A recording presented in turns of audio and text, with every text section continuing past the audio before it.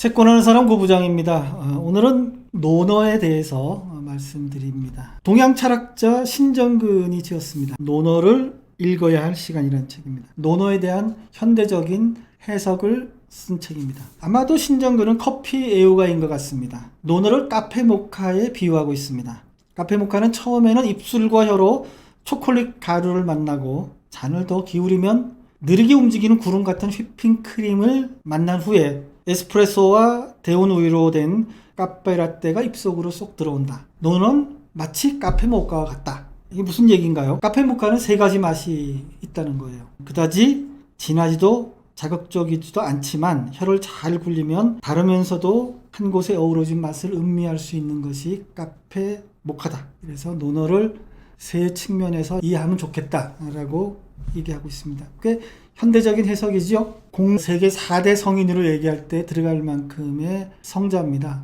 아직도 많은 사람들에게 회자되고 있어서 공자를 다시 한번 읽을 필요가 있습니다. 신정근은 공자를 단지 성인으로만 보지 않고요. 고단한 시대를 슬기롭게 헤쳐나간 지도자로 보려고 합니다. 오늘날보다도 훨씬 더 빡빡하게 살았던 것이 공자가 살았던 시대의 상황입니다. 절망 속에서 희망을 걷어내고 혼란 속에서 질서를 찾아내서 그것을 널리 퍼뜨리려 했던 경세가 공자를 보고 있습니다. 공자는 출신이 다른 300명 정도의 제자 집단을 이끌었습니다. 그리고 이들 사이를 탁월하게 조율해서 개인의 능력을 최대로 끌어올렸던 사람입니다. 근데 공자가 이들을 이끌 수 있었던 것은 이들의 먹고 사는 문제를 해결해 준 것이 아니고 이들에게 지혜이자 의미를 주었기 때문에 가능하다. 공자의 제자로 유명한 맹자. 맹자는 공자가 그 수많은 제자를 길러낸 힘이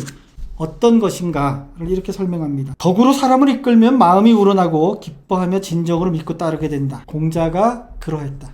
신정근은 공자 리더십의 핵심을 감동에서 찾고 있습니다. 감동이란 사람이 느껴서 자신의 존재가 흔들리는 체험을 얘기합니다. 학생들은 공자로 인해서 감동하며 그때마다 새로운 존재로 거듭나고 있습니다. 이 감동은 일상의 지루함과 세속의 너저분함을 넘어서 새로운 목표를 갖게 만듭니다. 사실 공자의 가르침은 시대를 넘어서 오늘날까지도 인류의 정신적 자산이 되고 있습니다. 논어를 통해 공자라는 인물의 품격을 엿볼 수 있을 뿐만 아니라 커다란 조직을 살맛나는 공동체로 만들어가는 지도자의 품위까지도 느낄 수 있는 책입니다. 논어를 통해서 품격 있는 사람이 되기 위해서 갖추어야 할 덕목이 무엇인가를 알아보는 것을 한 축으로 하고 공자가 어떤 덕목을 어떻게 발휘했기에 주위 사람들과 목표를 함께 하면서 자신들의 세계를 만들어 갔는가 두 가지 측면에서 공자의 논어를 해석을 하고 있습니다. 조금 더 현대적인 측면에서 접근하고 있다 이렇게 볼 수 있습니다. 신정근은 이 책을 소개할 때 논어 원문을 먼저 소개하고 그리고 한자어의 뜻과 맥락을 풀이합니다. 그리고 원문을 내자로 추격한 표제어를 제시하고 그리고 나서 핵심을 어떤 관점에서 이해할 것인가 설명을 하고 있습니다. 한번 보시겠습니다. 공자는 덕불고 필유린이라고 했습니다. 고상함의 길은 외롭지 않다고 해석할 수 있습니다. 고상함은 고고함으로 보여져서 쉽게 다가서지는 못하지만 조속하지 않아서 사람으로 하여금 닮고 싶은 바람을 일으키기도 합니다. 공자는 자신이 걸어가는 길이 올바르다고 확신했지만 시대로부터 열렬한 지지를 받기는커녕 냉담한 거절을 받는 것이 여반장이었습니다. 하지만 공자는 낙담하지 않았고 자신이 가고자 하는 길을 간다면 어딘가에 자신을 이해해주고 자신의 어깨를 다독이며 따뜻한 말을 건네줄 사람이 있다고 확신했던 사람입니다. 그렇게 천하를 위람했었습니다. 다문궐의 많이 들어보고 나서 미심쩍으면 제쳐두라는 얘기입니다. 어느 날 공자의 제자 자장이 관직 생활에 대해서 물었습니다. 공자는 여러 소리를 들어보고 미심쩍은 것은 옆에 제쳐두고 그 나머지를 조심스럽게 말하라. 그리하면 잘못을 덜하게 하리라. 이렇게 얘기합니다. 이것을 현대적으로 해석하면 이상에 치우쳐 설익은 정책을 펴지 말고 긍정적인 효과와 그 부작용까지를 고려한 뒤에 정책을 만들고 시행해라. 이렇게 볼 수 있다라고 신정근이 주석을 달고 있습니다.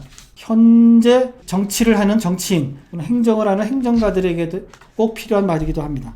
여러분도 잘 아시는 온고지신이라는 말이 있습니다. 새 것은 옛 것 속에 들어있다는 얘기죠. 공자는 이를 변증법적으로 풀이하고 있습니다. 새 것을 도입하기 위해서는 옛 것을 내팽개치지 말아라.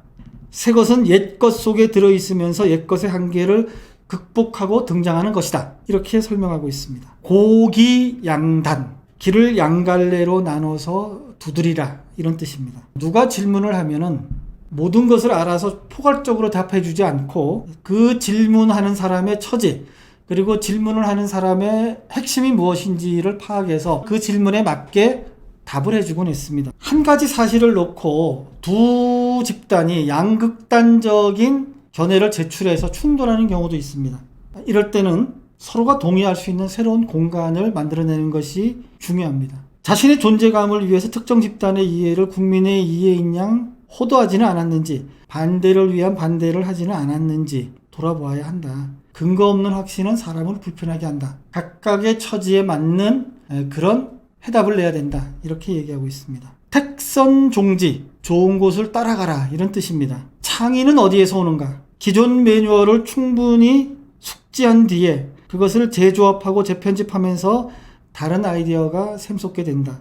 창의는 번떡이는 것이긴 하지만 망망대해에 낚싯줄을 들이우고 대어를 기다리는 것이 아니라 고통스러운 숙련 뒤에 찾아오는 손님이다. 자기 주도적인 개혁이 필요하다. 이렇게 얘기하는 것입니다. 젊은 근사, 간절하게 묻고 가깝게 생각하라, 이런 얘기입니다. 질문을 할 때 건성건성 묻지 말고 간절한 마음으로 물으면 가장 생산적이고 창조적인 대화가 될 수 있다. 묻는 만큼 알게 된다. 지지자, 불려 호지자, 호지자, 불여 낙지자. 아는 것과 좋아하는 것보다 즐기는 것이 최고라는 말입니다. 공자는 아는 것이 중요하지 않은 것이 아니고 아는 것이 지속적으로 작용하지 못하는 것이 문제의 핵심이다 라고 설명하고 있습니다. 안다고 해서 좋아하고 즐기는 것으로 바로 전화하는 것이 아닙니다. 좋아하는 것은 좋아하는 대상의 속성에 따라서 달라집니다. 즐긴다는 것은 대상의 조건과 상태와 관계없이 그 대상을 긍정적으로 생각하는 것입니다. 주체와 대상이 구분되지 않고 하나가 되는 것이죠. 그래서 즐기는 사람이 늘 끝까지 남는다, 이렇게 얘기합니다. 잘 아시는 단어 화의부동입니다. 잘 어울리지만 몰려다니지는 않는다, 이런 뜻이죠. 군자와 소인은 논어를 관통하는 두 줄기 강이라고 할 수 있습니다. 군자는 자신을 왕으로 우뚝 세우는 사람입니다. 소인은 자신을 노예로 부리는 사람입니다. 왕은 자신의 의지대로 살아가지만 소인은 타인의 의지대로 살아가는 사람입니다. 왕은 자신의 생각을 접고 타인의 의견을 받아들일 수 있지만 소인은 자기 생각을 포기하지 않습니다. 다양성을 어떻게 통합할 수 있을까요? 동이밥에다 온갖 채소와 고기를 잔뜩 넣고 비비는 것이라면 화는 적당량만 넣고 적당히 비비는 것이라고 할 수 있습니다. 그래서 동의 비빔밥은 맵거나 고소한 맛이 압도한다면 화의 비빔밥은 재료 각각의 맛과 향이 살아나는 것입니다. 동이 오늘날 정규직의 이익을 지키기 위해서 비정규직의 문제에 눈을 감는 것이라면 화는 정규직과 비정규직의 격차를 줄이면서 궁극적으로 동일한 대우를 받을 수 있는 길을 모색하는 것이 화다. 이렇게 설명하고 있습니다. 정규직과 비정규직 문제가 우리 사회에 굉장히 중요한 화두로 되고 있지 않습니까? 그런 점을 논어에서 추출해서 얘기하고 있습니다. 불치함은 묻는 것이 부끄럽지 않다, 또는 아는 것이 최고다, 이런 뜻인데요. 많은 사람들이 후배나 부하 직원에게 물어보기를 꺼려합니다. 무식하다는 것이 탄로 나서 위신이 깎이고 체면이 상할까봐 걱정하는 것인데, 그러나 딱 묻는 것만큼 보이고 묻는 것만큼 알 수 있습니다. 묻는 것을 두려워하지 말아라, 이런 얘기입니다. 불가 탈지, 내 뜻만은 뺏길 수 없다는 얘기입니다. 사람에게는 다른 사람에게 다 양보하더라도 이것만은 꼭 지켜야겠다는 것이 있습니다. 인간의 존엄성이 위협받는 상황이라면 어떻게 할 것인가에 대한 공자의 답이 여기 있습니다. 자기 스스로 자기 자신을 지키는 사람을 해치기는 어렵다라는 것으로 해석할 수 있겠습니다. 비이부주, 떼거리에 갇혀서 전체를 보지 못한다는 말입니다. 신정근은 군자와 소인이 고정적이지 않다고 봅니다. 누구에게나 군자의 측면이 있고 소인의 측면도 있다고 봅니다. 특정인을 소인으로 지목해놓고 나쁜 사람의 전형인 양 비난하는 것은 도덕의 이름으로 폭력을 행사하는 것입니다. 군자와 소인을 구별하는 것은 나를 선의 화신으로 만들고 타자를 악의 화신으로 만들어 배제의 논리를 작동시키는 데 있지 않고 사람의 차이를 구별하고 좀 더 나은 단계로 나아가는 변화를 일궈내는데 그 목적이 있는 것이다 라고 설명하고 있습니다. 소인은 친한 사람끼리 서로 밀어주고 끌어주지만 다른 사람은 끊임없이 배제합니다. 그러나 군자는 어울리는 사람에게 빠지지 않고 어떤 사람이라도 동일하게 바라보는 자유로운 관점을 가지고 있다. 무신분립, 믿음이 아니면 우리가 생겨날 수 없다는 얘기입니다. 공자의 제자 자공이 정치를 할 때 무엇이 가장 중요한지를 물었습니다. 공자가 이렇게 답합니다. 대내적으로는 식량을 풍족하게 하고 대외적으로는 국방을 튼튼하게 하고 인민들이 정치 지도자를 믿게 하면 된다. 이렇게 답을 합니다. 그러자 자공이 다시 묻습니다. 만약 어찌할 수 없이 어떤 것을 제쳐놓아야 한다면 셋 중에 어떤 것을 먼저 검토할까요? 공자가 답합니다. 국방을 제쳐놓아야 한다. 자공이 또 묻습니다. 어찌할 수 없어 또다시 놓아야 한다면 무엇을 놓아야 할까요? 공자가 답합니다. 식량을 제쳐놓아야 된다. 인민들이 정부나 군주를 믿지 못한다면 그 나라는 한순간도 존립할 수 없을 것이다. 이렇게 얘기합니다. 하나의 공동체, 하나의 국가, 하나의 사회를 유지하고 강하게 만드는데 가장 중요한 것이 무엇인가? 신뢰, 트러스트를 얘기하고 있습니다. 신뢰가 없는 사람은 아무리 사랑을 이야기하고 정의를 외쳐봐도 그것은 공허하게 이를 데가 없습니다. 그것은 부정의와 불공정을 감추려는 수사일 뿐입니다. 공자는 스스로 믿지 못하면서 주위 사람들을 믿게 할 수는 없다고 봤습니다. 신정근은 공자의 저작 중에 논어가 가장 중요하다고 꼽습니다. 논어가 구태의연한 이야기만 있는 옛날 성인의 말씀이 아니라 현대적인 해석을 곁들인다면 오늘날에도 여전히 유통 가능한 살아있는 인생 담론을 담은 책이라고 주장하고 있습니다. 신정근의 현대적인 해석과 함께 논어의 세계로 한번 들어가 보시기를 권합니다. 40 논어를 읽어야 할 시간에 제가 주는 별점은 3입니다.